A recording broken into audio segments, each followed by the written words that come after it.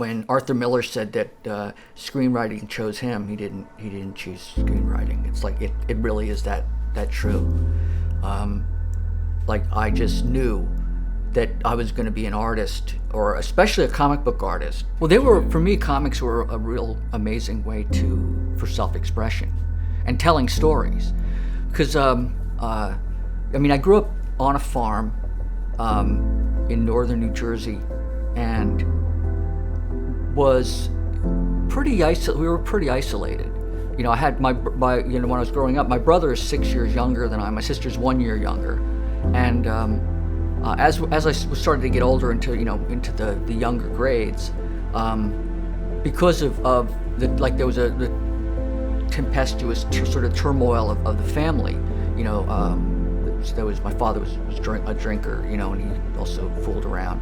And I don't think that that's any different than a lot of people in comics, or people in any kind of creative field. But I think that for me, comics was a way to be in control, and a way to draw and tell stories where, on a very sort of like mundane sort of unified, like universal level for a kid, it's sort of like I was doing in my own household what in some respects Siegel and Schuster were doing with Superman for like kind of like their whole, like a whole culture, a whole people, in terms of empowerment. I mean, I know that's just a generalization, so it's probably immediately wrong, but I certainly felt that it gave me coping mechanisms, and I think that as I was doing it, it was also something that was really fun to do. I just really enjoyed it, because I had some friends that I hung out with, and we ride bikes together. But I mean, I was, majority of the time was spent by myself, and with my dog, I'd go off into the woods and just get lost for an entire day, and